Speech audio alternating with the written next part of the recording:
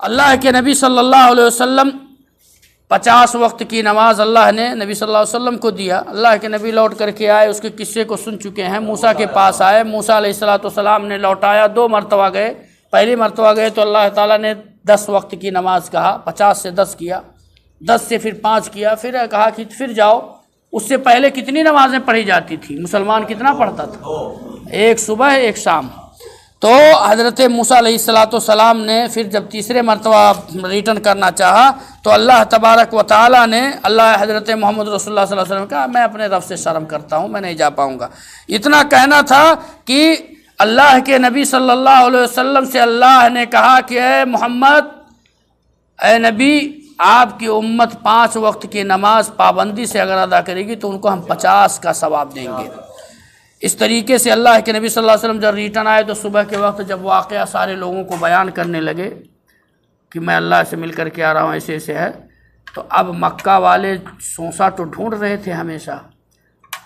ان لوگوں نے اپنے ماتھے پر ہاتھ رکھ کر کے کہا اب لو، یہ ابھی تک تو ابھی دعویٰ کر رہے تھے جبریل آتے ہیں، اب لو، رات ہی رات یہ سفر کر کے اللہ سے مل کر کے آسمان پر۔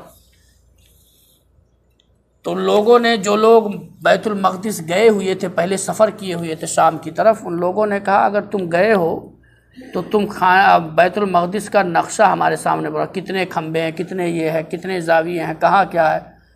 تو رات میں انسان نماز پڑھا کر کے آپ اگر کہیں ایسی جگہ پہنچ جائیں، اتنے مرتبہ ہم جاتے ہیں حرم کے اندر مکہ میں، ابھی بہت ساری چیزیں پوچھ لیا جائے آدمی نہیں بتا پاتا ہے۔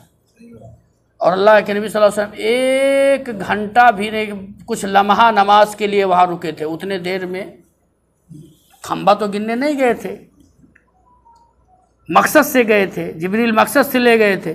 لیکن جب ان لوگوں نے کہا، طلب کیا، تو یہ اللہ کے نبی کا یہ معجزہ تھا۔ اللہ رب العالمین نے جبریل کو دے کر کے پورا نقشہ سامنے کر دیا۔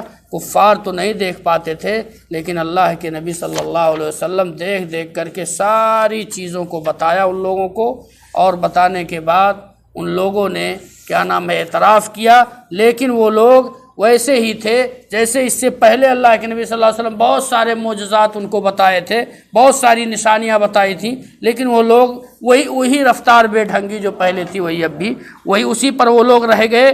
اور اسی طریقے سے اللہ کے نبی صلی اللہ علیہ وسلم کفار جو ہے امتحان لینے کے لیے اٹھے تھے یہی چیزیں، اور نشانیاں جب بتا دیں اللہ کے نبی صلی اللہ علیہ وسلم نے، اسی طریقے سے ایک اور اللہ کے نبی صلی اللہ علیہ وسلم نے بتایا، اسی وقت بتایا، اسی وقت کہ ملک شام سے ایک قافلہ آ رہا ہے۔ تم لوگ مکہ کے بیت المقدس کے بارے میں پوچھ رہے ہو نا، میں تمہیں بتاتا ہوں ملک شام سے ایک قافلہ آ رہا ہے۔ آپ نے فرمایا ان میں اتنی تعداد اونٹ کی ہے، اتنی تعداد اونٹ کی ہے۔ قافلے کے احوال کو اللہ کے نبی نے بتایا، اس کے پہنچنے کا وقت بتایا، اور اس لیے کہ شام سے تجارت آتا تھا سامان بیچنے کے لیے۔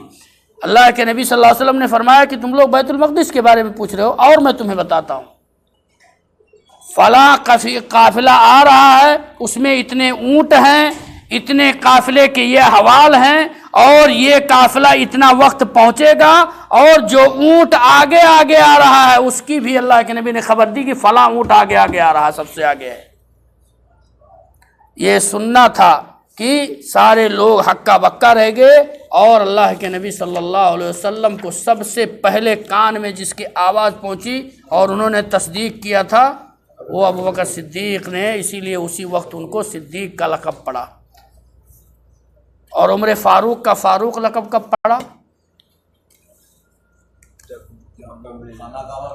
بس وآخر دعوانا الحمدللہ رب العالمین، السلام علیکم ورحمۃ اللہ وبرکاتہ۔ قرآن پڑھ لیجئے، تھوڑا سا بیٹھ جائیں، ہے ٹائم۔